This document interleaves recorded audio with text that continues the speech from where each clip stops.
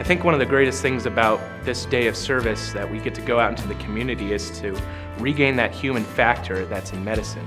Sometimes we're lost in a sea of diagnoses, of symptoms, and of books that we really forget that the things behind those symptoms are actual people, and that the reason we got into this business of medicine, to be doctors in training, is for the people.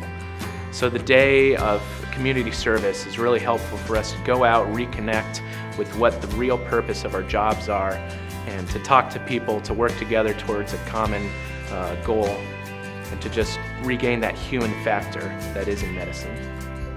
Needless to say, we hope that the students will be excited and as involved as they were last year.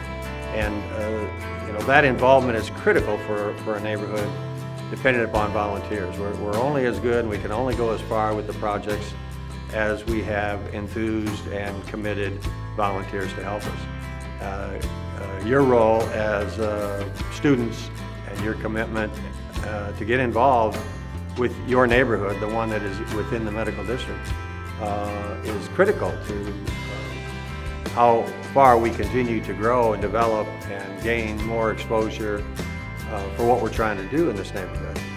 So my experience and what I gained really from being a part of that particular activity was not only a sense of helping my community out and helping the people that are most important, which is the community itself, but also gaining a skill of working with my hands and getting back to doing things that are very different than, sitting in front of a book and learning and reading. It was something that I could go out and do that had a very physical and very visual benefit. So the impact of this year's Day of Service was huge, not only in terms of the sheer numbers, having more than 200 people working in the neighborhood instead of our typical 20 or 30 that we might have in a normal work day, but the partnership and the support that we felt from SIU was so critical to us. We are the residential neighborhood within the boundaries of the medical district. We are in the backyards of the two hospitals as well as SIU and other medical institutions. But the irony is that while both of the hospitals have multi-million-dollar construction projects underway and unprecedented growth, we are a blighted neighborhood in their shadow. So for us, it's great to know that the medical district and the medical institutions are taking notice and that they're willing to reach out and help us, not just to help the community at large, but we are the neighbors of SIU and of the medical district. So that's very important to us.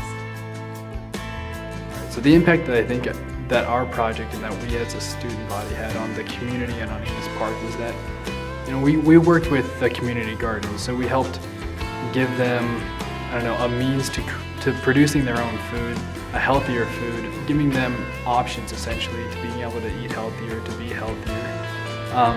That's big to me.